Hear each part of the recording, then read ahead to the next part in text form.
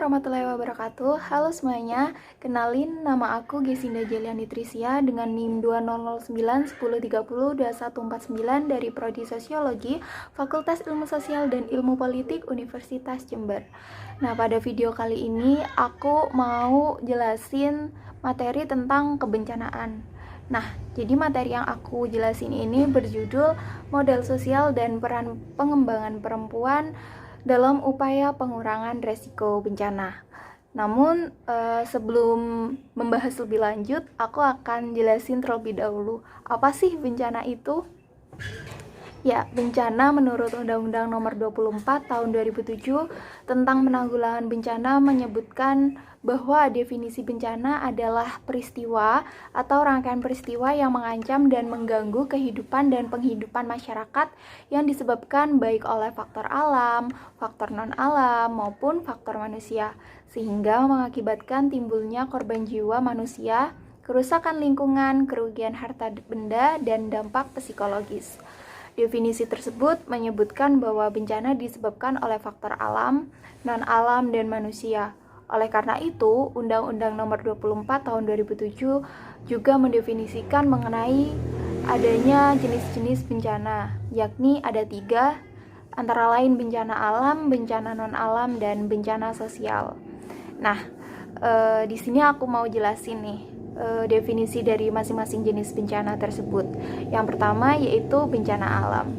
Jadi bencana alam adalah bencana yang diakibatkan oleh peristiwa atau serangkaian peristiwa yang disebabkan oleh alam, antara lain berupa gempa bumi, tsunami, gunung meletus, banjir, kekeringan, angin topan, dan tanah longsor yang bisa kita lihat dalam video berikut ini.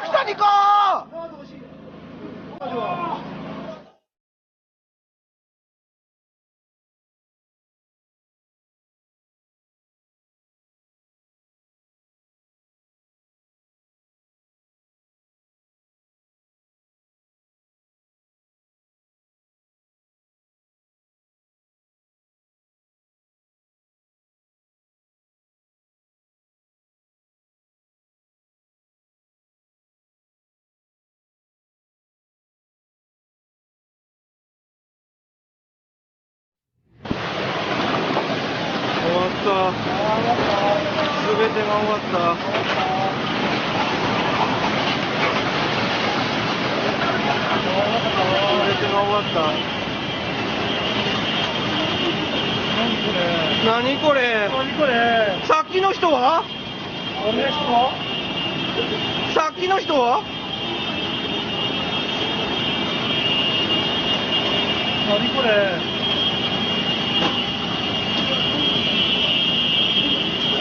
何これ？何これ？何これ？あれ？何これ？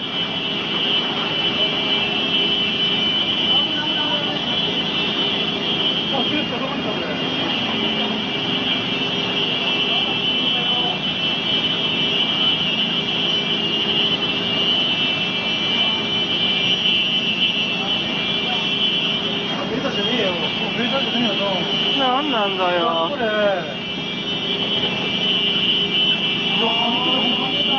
終わった。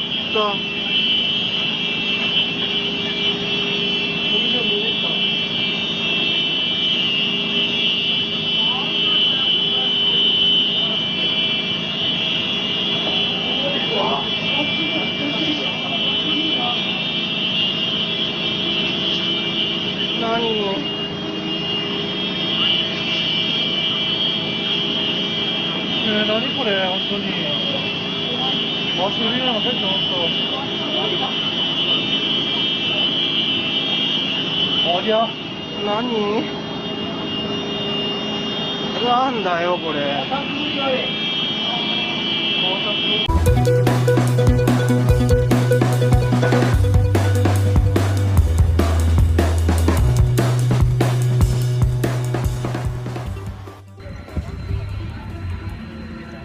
Posisi bunker Kaliadem. Lihat kepulan asap.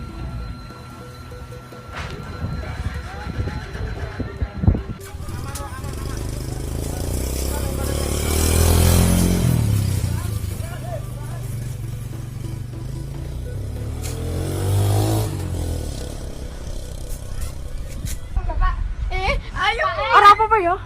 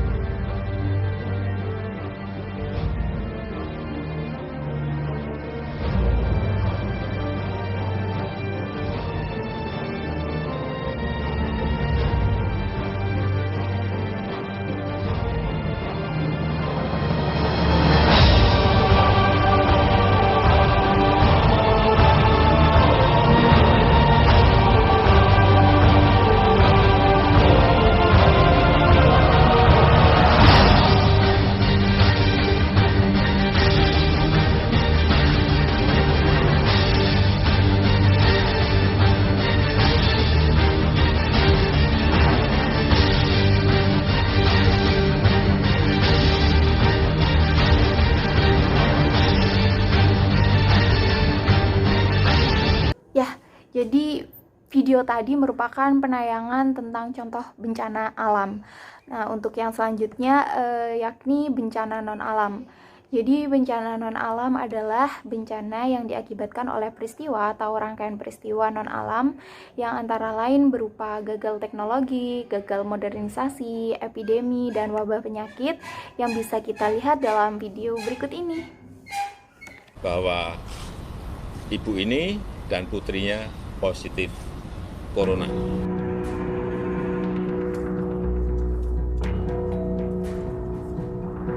2 Maret 2020, spekulasi bahwa Indonesia negara kebal corona berakhir.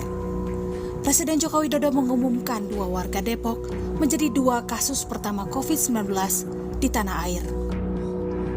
Padahal dunia sudah mulai gonjang-ganjing sejak kasus pertama ditemukan di Wuhan, Tiongkok di penghujung 2019.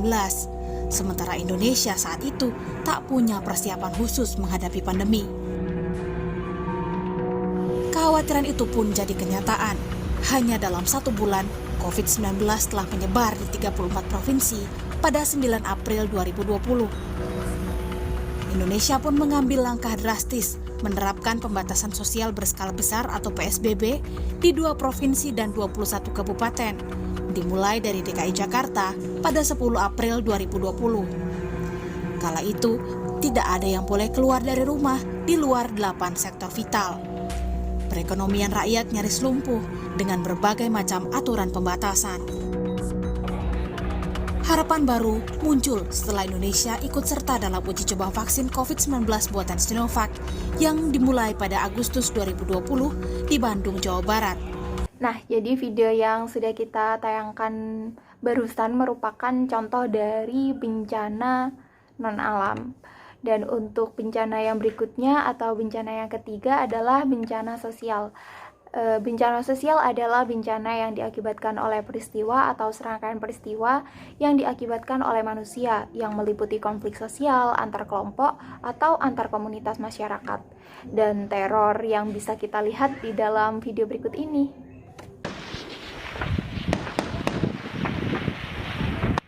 Konflik senjata di Papua belum tuntas. Beberapa hari lalu baku tembak antara TNI dan kelompok kriminal bersenjata KKB kembali terjadi di Intan Jaya, Papua. Baku tembak terjadi saat salah seorang personel TNI berpatroli rutin di Kampung Puyagia, Distrik Sugapa, Kabupaten Intan Jaya. Sekitar 5 anggota kelompok kriminal bersenjata pimpinan Undianus Kogoya membawa sepucuk senjata laras panjang. Kontak balasan dari aparat membuat 2 orang tertembak dengan 1 anggota KKB tewas di lokasi kejadian. Sementara 1 lainnya melarikan diri bersama anggota KKB lain. Usai baku tembak, Kapolres Intan Jaya AKBP Sandi Sultan mengatakan situasi di Sugapa, Intan Jaya sudah kembali aman dan kondusif.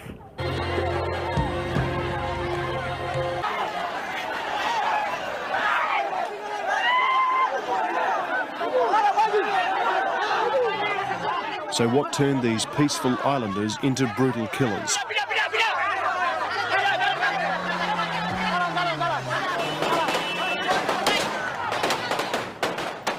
Why did half a millennium of peaceful religious coexistence explode in bloodshed?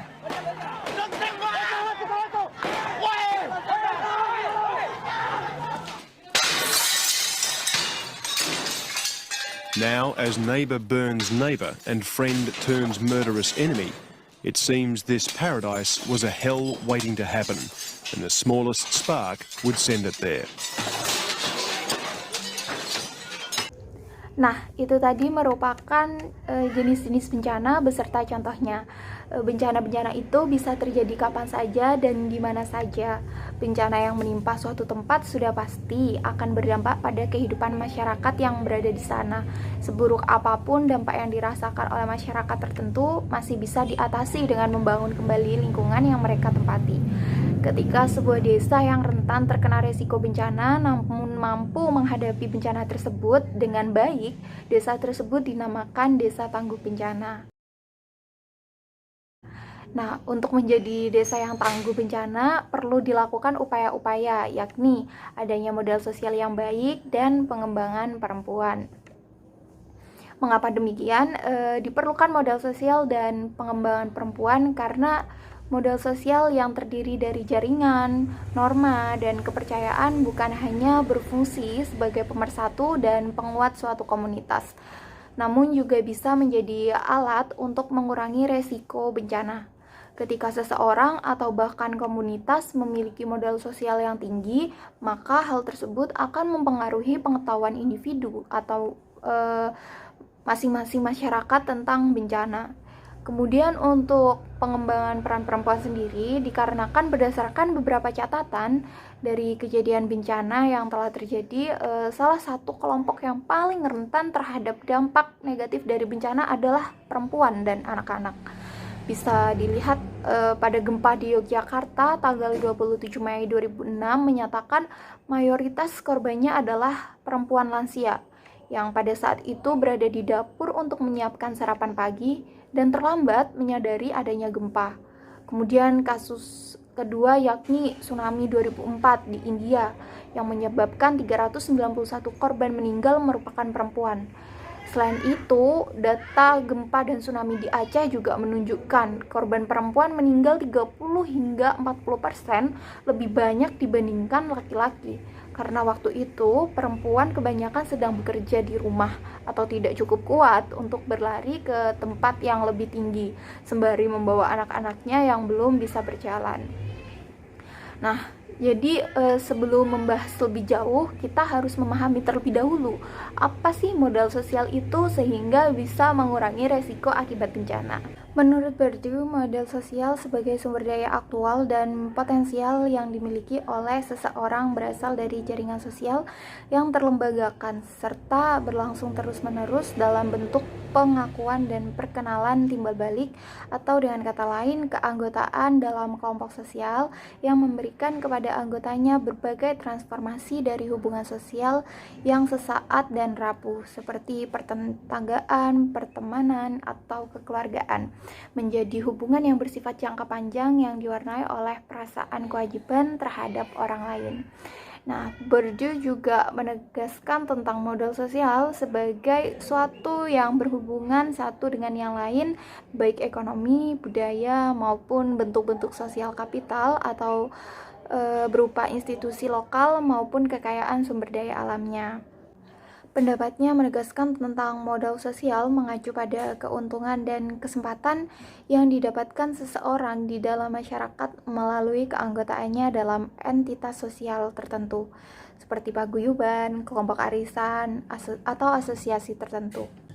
Sedangkan modal sosial menurut Woolcock itu dibedakan menjadi 3, yaitu pertama adalah banding sosial kapital atau mengikat, yaitu ikatan yang terjalin erat antar individu seperti keluarga, kerabat dekat, atau tetangga. Kemudian yang kedua adalah bridging social capital atau menjembatani, yaitu modal sosial yang ikatannya tidak terlalu erat antara individu satu dengan yang lainnya. Dalam kondisi seperti ini bisa diibaratkan seperti hubungan dengan teman kantor. Kemudian yang ketiga atau yang terakhir adalah linking social capital atau menghubungkan, yaitu modal sosial yang bertugas untuk menghubungkan atau menjangkau individu-individu yang berada di luar komunitas atau pihak eksternal, sehingga mendorong anggotanya untuk bisa memanfaatkan sumber daya eksternal dibandingkan sumber daya internal. Sedangkan menurut Ledegard dan Fleming, membagi modal sosial menjadi 2, yaitu modal sosial ekologi dan komunitas. Modal sosial yang secara umum terjelaskan dalam 5 komponen, yakni jaringan komunitas, kemudian komitmen masyarakat, identitas masyarakat lokal, dan juga kepercayaan. Nah, modal sosial ekologi dan komunitas ini dipopulerkan oleh Putnam, yang biasa disebut juga sebagai ecological social capital. Modal sosial yang kedua adalah modal sosial individual, yaitu modal sosial yang lebih menekankan pada aktor individu dan tindakan mereka. Adapun wujud-wujud dari modal sosial itu antara lain yang pertama hubungan sosial. Nah, hubungan sosial ini merupakan suatu bentuk komunikasi bersama lewat hidup berdampingan sebagai interaksi antar individu. Ini diperlukan sebab interaksi antar individu itu membuka kemungkinan campur tangan dan kepedulian individu terhadap individu yang lain. Bentuk ini mempunyai nilai positif karena masyarakat mempunyai keadilan sosial di lingkungannya. Ada dan nilai budaya lokal selanjutnya. Nah, ada banyak adat dan kultur yang masih terpelihara erat dalam lingkungan kita. Budaya tersebut kita akui tidak semua bersifat demokratis. Ada juga budaya-budaya dalam masyarakat yang perjalanan sejarahnya itu terkadang sangat feodal, bahkan sangat tidak demokratis. Namun banyak sekali nilai dan budaya lokal yang bisa kita junjung tinggi sebagai suatu modal yang menjunjung tinggi kebersamaan, kerjasama, dan hubungan sosial dalam masyarakat. Wujud modal sosial yang ketiga yaitu toleransi. Toleransi atau menghargai pendapat orang lain merupakan salah satu kewajiban moral yang harus dilakukan oleh setiap orang ketika ia berada atau hidup bersama orang lain. Sikap ini juga yang pada akhirnya dijadikan sebagai salah satu prinsip demokrasi. Toleransi bukan berarti tidak boleh berbeda. Toleransi juga bukan berarti diam tidak berpendapat.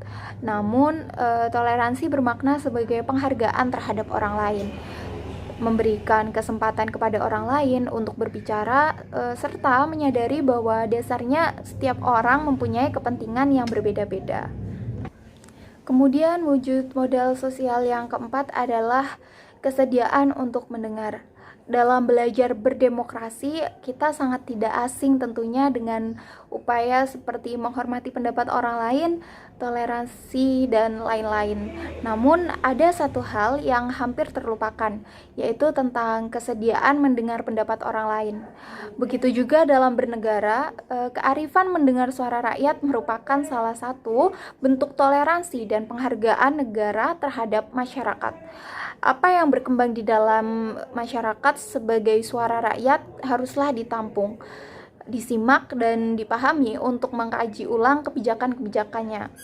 Kekuasaan yang tidak mampu lagi mendengar suara anggotanya adalah kekuasaan yang tidak lagi inspiratif dan tidak menjalankan kedaulatan rakyat. Kekuasaan seperti ini haruslah direformasi. Kemudian yang selanjutnya adalah jaringan sosial dan kepemimpinan sosial. Jaringan sosial terbentuk berdasarkan kepentingan atau ketertarikan individu secara prinsip atau pemikiran. Sementara itu, kepemimpinan sosial terbentuk dari kesamaan visi, hubungan personal, atau keagamaan. Seluruh kepemimpinan sosial muncul dari proses demokrasi. Dalam demokrasi yang dominan adalah adu konsep rasional dan gagasan terhadap suatu kemajuan. Selanjutnya ada kepercayaan. Kepercayaan merupakan hubungan sosial yang dibangun atas dasar rasa percaya dan rasa memiliki bersama. Kemudian ada juga kebersamaan dan kesetiaan. Perasaan ikut memiliki dan perasaan menjadi bagian dari sebuah komunitas. Kemudian yang terakhir ada tanggung jawab sosial. Merupakan rasa empati masyarakat terhadap perkembangan lingkungan masyarakat dan berusaha untuk selalu meningkatkan ke arah kemajuan. Nah, dengan adanya modal sosial ini bisa mempengaruhi pengurangan resiko bencana atau bisa juga disebut sebagai mitigasi bencana yang sudah tertera dalam kerangka aksi Hyogo tahun 2005 hingga 2015. Mengingat bahaya bencana bisa datang kapan saja dan menimbulkan bahaya yang cukup parah apabila tidak diantisipasi. Oleh karena itu, masyarakat perlu memahami mitigasi bencana. Kemudian Undang-Undang Republik Indonesia juga dalam nomor 24 tahun 2007 pasal 1 nomor 9 lebih jelas mendefinisikan mitigasi bencana sebagai upaya untuk mengurangi risiko bencana melalui pembangunan fisik.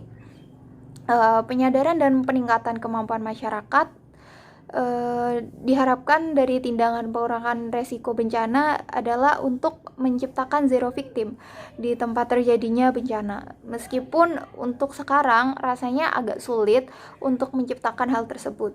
Paling tidak masyarakat beserta lembaga atau institusi terkait mampu mengurangi dampak kerusakan maupun korban jiwa akibat bencana.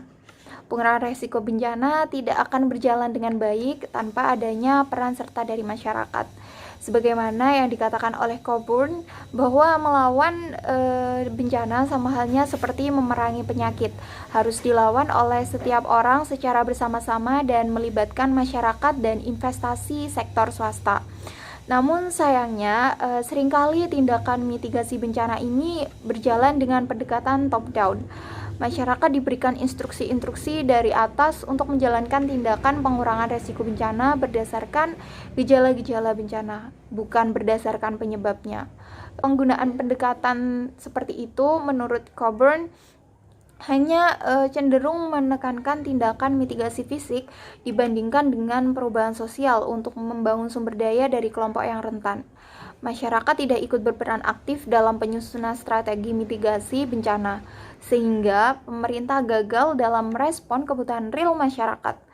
Langkah alternatif yang dapat diambil adalah dengan mengupayakan mitigasi berbasis masyarakat, yaitu mengikut sertakan masyarakat ke dalam penyusunan dan pengambilan keputusan dalam tindakan pengurangan resiko bencana.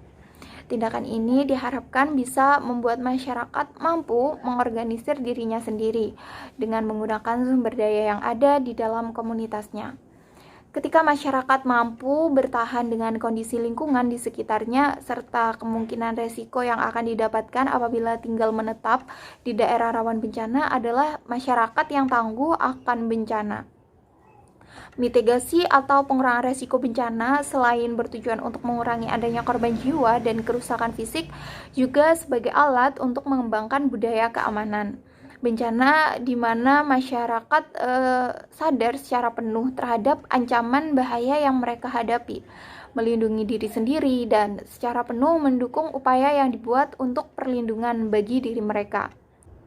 Banyak penelitian mengatakan bahwa modal sosial sangat berpengaruh terhadap kesuksesan mitigasi bencana. Misal di sini aku memberikan contoh dampak positif modal sosial oleh masyarakat Kepuharjo. Pengaruh positifnya yaitu terhadap mitigasi bencana diantaranya yang pertama, terjalinnya kerjasama antara pemerintah desa dengan organisasi eksternal untuk melaksanakan sosialisasi dan praktik mitigasi bencana. Sebagai komunitas yang tinggal berdampingan dengan Gunung Merapi, masyarakat desa Kepuharjo harus sadar betul dengan ancaman yang disebabkan dari erupsi Gunung Merapi. Salah satu bentuk kesadaran yang dimiliki oleh komunitas tersebut adalah dengan menjalin kerjasama dengan organisasi luar untuk mengadakan pelatihan mitigasi bencana secara menyeluruh pada tahun 2009.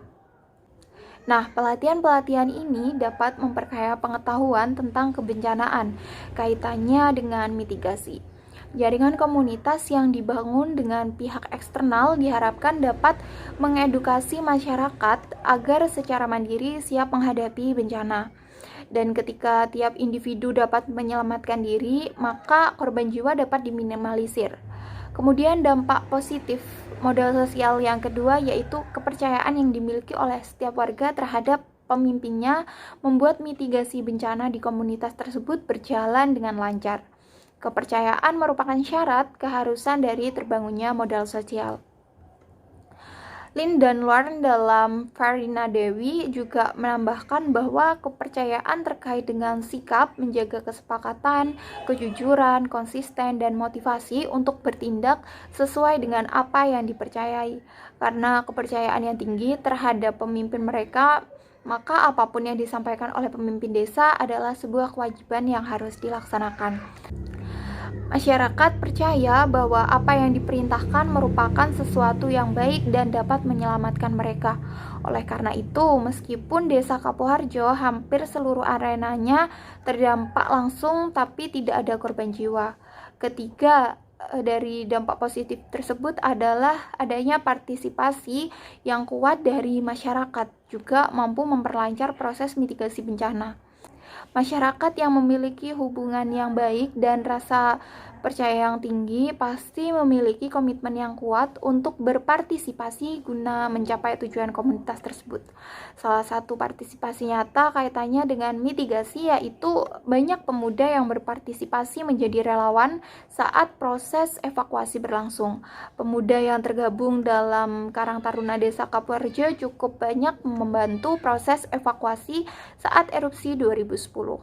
Bukan hanya pada saat proses evakuasi saja, namun pasca erupsi masyarakat juga tetap menunjukkan konsistensinya dalam berpartisipasi dengan ikut tergabung ke dalam SKSB, yakni Satuan Komunikasi Sosial Bersama.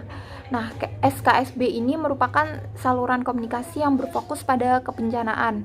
Kelompok ini merupakan inisiasi dari pemuda sejak tahun 2006. SKSB juga bekerja sama dengan BPBD untuk memberikan pelatihan pengurangan risiko bencana.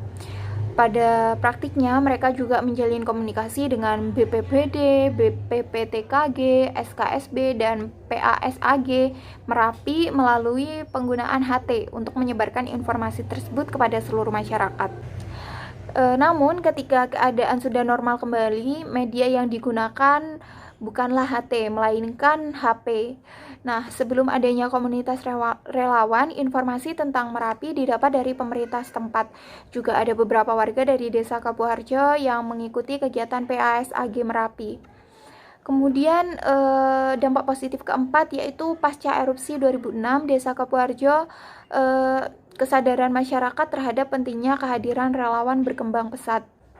Apalagi pasca 2010, masyarakat bahkan di luar dari Desa Kapuharjo sudah memiliki Tagana dan relawan SAR masing-masing yang berada di bawah Tagana Kabupaten Sleman dan Dinas Sosial Kabupaten Sleman. Adanya tim SAR dan Tagana di setiap desa yang dimana digerakkan oleh warga desa itu sendiri membuat hubungan sosial itu semakin terikat karena mereka berada dalam satu komunitas yang memiliki visi dan misi yang sama. Seperti yang disampaikan oleh Paldam dalam laba bahwa modal sosial menggambarkan sebagai pengikat bagi hubungan sosial masyarakat. Jika keterikatan itu semakin tinggi, tujuan yang telah disepakati maka akan lebih mudah terrealisasikan. Kemudian dampak positif yang kelima adalah budaya gotong royong yang diterapkan dalam proses perencanaan pembangunan infrastruktur seperti hunian tetap, jalanan, jembatan, dan fasilitas umum seperti musola dan balai warga. Bahkan sebelum terjadinya proses gotong royong, masyarakat beserta pemerintah desa sebelumnya juga melakukan musyawarah tentang pembangunan huntap bagi para penyintas. Sejak direncanakannya pembangunan Huntap sampai dengan selesai, semua masyarakat yang ada di sana terlibat langsung. Hal ini menjadi penting karena selain masyarakat menjadi tahu seperti apa hunian yang tahan gempa, juga bisa merancang tata ruang hunian mereka sedemikian rupa agar proses mitigasi bencana di kemudian hari dapat berjalan dengan baik. Berkat adanya gotong royong dan partisipasi aktif dari semua elemen masyarakat, pembangunan infrastruktur berjalan cepat.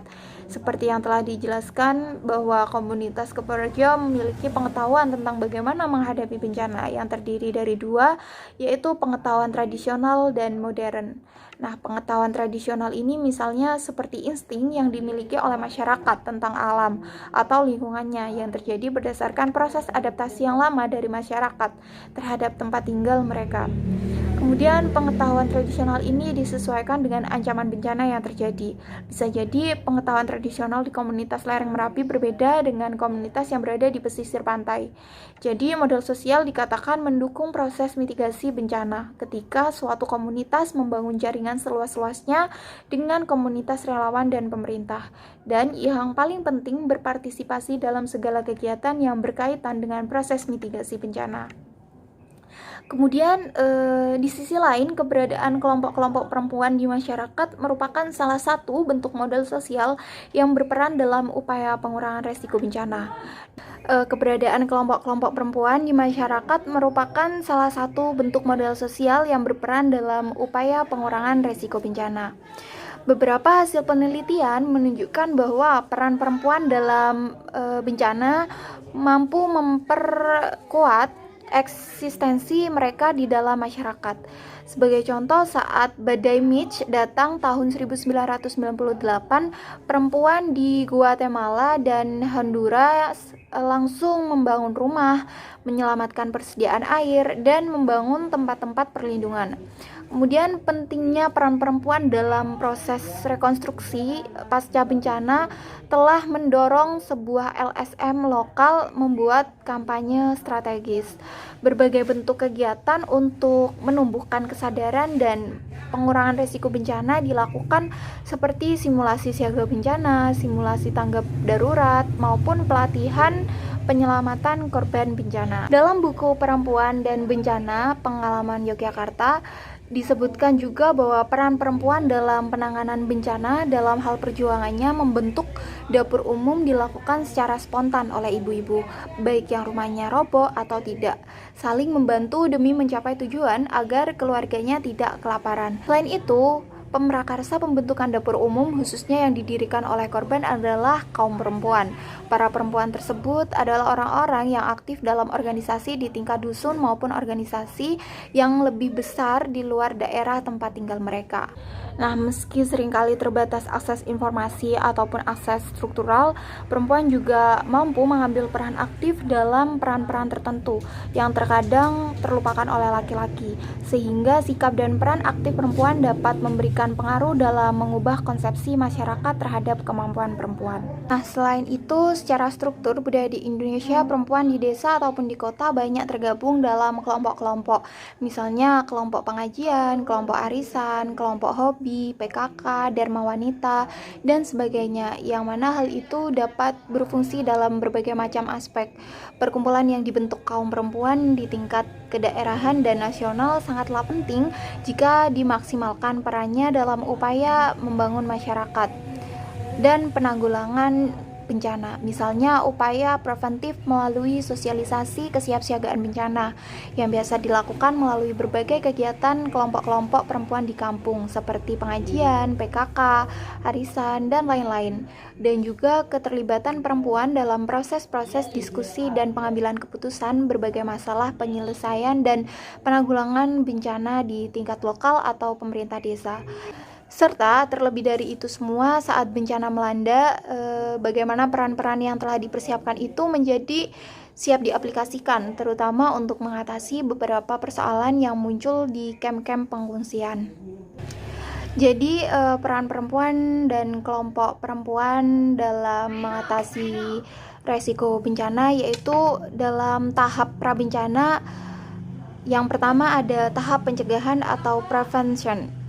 yakni upaya untuk menghilangkan atau mengurangi kemungkinan timbulnya suatu ancaman, misalnya pembuatan bendungan untuk menghindari terjadinya banjir, biopori, penanaman tanaman keras di lereng bukit untuk menghindari longsor, kemudian reboisasi untuk menghindari kekeringan, dan penanaman mangrove untuk menghindari abrasi, serta pembuatan tanggul untuk menghindari tsunami dan lain sebagainya.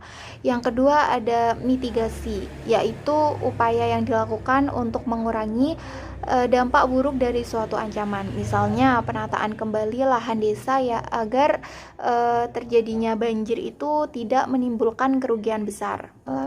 Kemudian yang selanjutnya ada kesiapsiagaan, yaitu persiapan rencana untuk bertindak ketika terjadi atau kemungkinan akan terjadi bencana. Nah, perencanaan terdiri dari perkiraan terhadap kebutuhan-kebutuhan dalam keadaan darurat dan identifikasi atas sumber daya yang ada untuk memenuhi kebutuhan. Nah, dari hal-hal yang sudah saya sebutkan, oleh karenanya sudah seharusnya perempuan menjadi sosok yang peka terhadap bencana. Perempuan sebagai manajer di rumah hendaknya mengetahui di mana lokasi aman dan lokasi rawan dalam rumahnya. Bagaimana cara memasang figura supaya aman dan tidak membahayakan. Kemudian bagaimana cara memasang lemari supaya tidak mudah roboh. Dan juga bagaimana caranya menyambung kabel listrik agar tidak konslet, kemudian di mana meletakkan rak piring agar tidak mudah jatuh dan pecah, dan hal lainnya. Perempuan juga harus mengetahui hal apa yang harus dimiliki di rumahnya agar rumahnya aman dari bencana. Misalnya di rumah harus memiliki meja kayu yang cukup besar untuk tempat berlindung jika terjadi bencana, atau perempuan harus tahu dan memberitahu anggota keluarga, terutama anak-anaknya, pintu darurat jika harus segera keluar rumah saat bencana. Perempuan harus mengetahui bagaimana cara memadamkan api apabila kebakaran. Perempuan juga harus mengetahui bagaimana cara memasang tabung gas dengan benar, dan hal-hal lainnya yang merupakan keseharian perempuan di rumah. Selain itu juga tugas perempuan sebagai ibu, istri, anak, dan anggota keluarga adalah memastikan anggota keluarganya mengetahui tentang kondisi rumah, cara menyelamatkan diri, lokasi yang aman, lokasi yang rawan, titik kumpul, nomor-nomor darurat, dan lain sebagainya. Dan sebagai perempuan yang menjadi sosok ibu harus mengajarkan anak-anaknya mengenai nama-nama anggota keluarga, terutama nama ayah dan ibu, kemudian alamat rumah, dan juga kalau bisa nomor HP. Jadi teman-teman, itu tadi yang udah aku jelasin tentang peranan modal sosial dan pengembangan perempuan dalam upaya pengurangan resiko bencana. Apabila kedua hal ini dilakukan dengan sangat baik dan adanya korelasi dan kerjasama yang baik antar sesama individu, maka hal ini akan berdampak positif dan sangat bermanfaat sekali untuk kita semua dalam upaya pengurangan resiko bencana. Nah, sekian penjelasan dari aku pada video kali ini. Semoga video yang aku berikan dapat bermanfaat untuk teman-teman semuanya. Terima kasih. Assalamualaikum warahmatullahi wabarakatuh. See you on the next video. Dadah.